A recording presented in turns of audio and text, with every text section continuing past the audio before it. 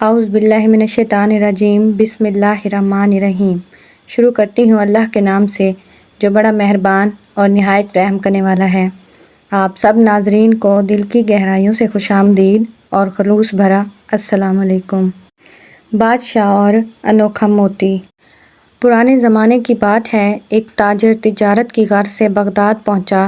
پچھلے وقتوں میں تجارت کا یہ قانون تھا کہ تاجر جس ملک میں تجارت کرنے جاتا، سب سے پہلے وہاں کے بادشاہ سے ملاقات کرتا، اپنا سارا سامان تجارت دکھاتا اور اس سامان کی خوبیوں اور انفرادیت سے آگاہ کرتا۔ تاجر کو پہنچنے کے بعد بادشاہ کے دربار میں پیش کر دیا گیا۔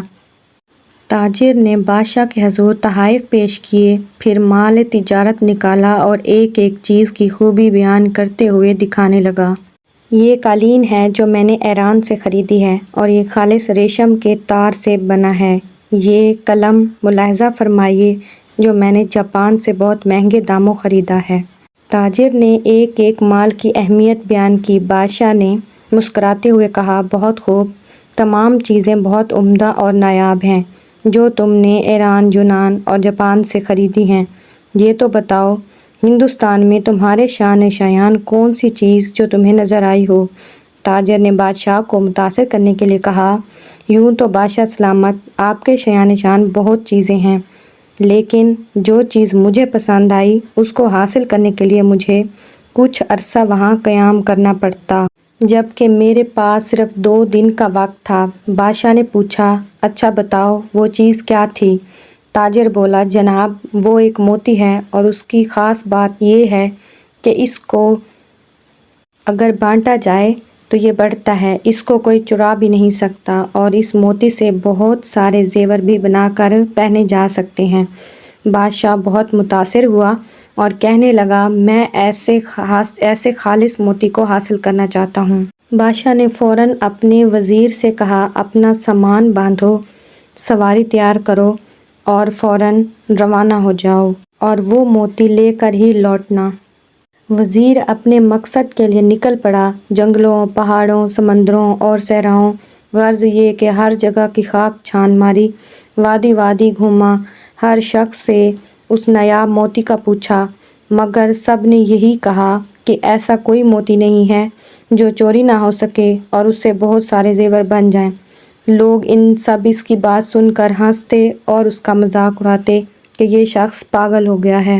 یوں ہی مہینوں بیت گئے اور ناامیدی کے سائے گہرے ہونے لگے، لیکن بادشاہ کے سامنے ناکام لوٹنے کا خوف اس کو چین نہیں لینے دے رہا تھا۔ وزیر نے ہر ممکن کوشش کی کہ ایسا موتی مل جائے، لیکن یہ نہ ملا تو اس نے واپسی کا ارادہ کر لیا۔ وزیر اپنی ناکامی پر زارو قطار روتا ہوا جنگل سے گزر رہا تھا۔ رات کافی ہو چکی تھی اور وزیر تھک چکا تھا۔ وزیر درخت کے پاس آرام کے لیے لیٹا ہی تھا، اسی لمحے ایک روشنی اس کی جانب بڑھتی ہوئی اس کو نظر آئی۔ پہلے تو وزیر ڈر گیا، مگر پھر ایک آواز نے اس کو حوصلہ دیا، اے نوجوان، ڈرو مت، میں ایک پری ہوں، بتا تیرے ساتھ کیا مسئلہ ہے؟ تو مدتوں کا تھکا ہوا مسافر معلوم ہوتا ہے، بتا میں تیری کیا مدد کر سکتی ہوں؟ وزیر نے اپنی داستان سنائی کہ اسے موتی کی تلاش تھی، کہیں نہیں ملا۔ پری وزیر کے سامنے آ چکی تھی۔ وزیر کی بات سن کر بے ساختہ ہنسنے لگی، افسوس کہ تم نے عقل سے کام نہ لیا اور ایک موتی کی خاطر مہینوں مارا مارا پھرتا رہا۔ وزیر بولا، پری میں تمہاری بات سمجھا نہیں، کیا مطلب ہے اس بات کا؟ بھلے آدمی، وہ موتی دراصل علم کا موتی ہے، لیکن تم اس کی ظاہری شکل کو تلاش کرتے رہے۔ علم ہی تو ایک ایسی شے ہے جس کو ہزاروں نام دے سکتے ہیں، کہیں اسے پھل دار درخت کہتے ہیں تو کہیں اسے سورج سے تشبیہ دی جاتی ہے اور اسے کبھی سمندر بھی کہا جاتا ہے، لیکن اسے کوئی چرا نہیں سکتا۔ پری مسکراتے ہوئے، کیا علم کی بہت ساری صفات کے بارے میں تم نہیں جانتے؟ اس موتی کی ظاہری شکل کو تم کیوں تلاش کر رہے ہو؟ یاد رکھو، ہر چیز کی تاثیر کا تعلق اس کے نام سے نہیں بلکہ اس کے اندرونی خوبیوں سے ہوتا ہے۔ اس طرح علم بھی ایک نایاب موتی ہے، جس کو یہ حاصل ہو جائے وہ اسے مالا مال ہو جاتا ہے، جیسے زیور پہن سکتا ہے، سجتا ہے اور اسے کوئی چرا بھی نہیں سکتا۔ اور حتیٰ کہ یہ بانٹنے سے بڑھتا ہے۔ وزیر بڑے غور سے پری کی بات سن رہا تھا اور بالآخر اس بات کا قائل ہو گیا کہ واقعی علم ایک ایسا موتی ہے جس کے پاس ہو وہ دنیا کے سب سے قیمتی زیور کا مالک بن جاتا ہے۔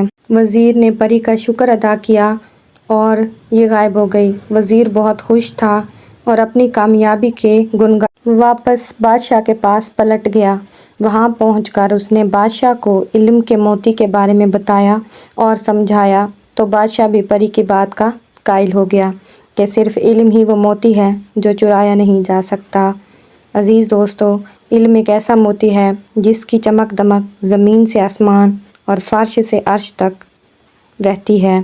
علم کے موتی سے ہی انسان دنیا کے خالق اور مالک تک رسائی حاصل کر سکتا ہے۔ امید کرتی ہوں ویڈیو آپ کو پسند آئی ہوگی۔ انشاءاللہ ایک نئی ویڈیو کے ساتھ آپ کی خدمت میں حاضر ہوں گی۔ تب تک کے لیے خدا حافظ۔ اللہ نگہبان۔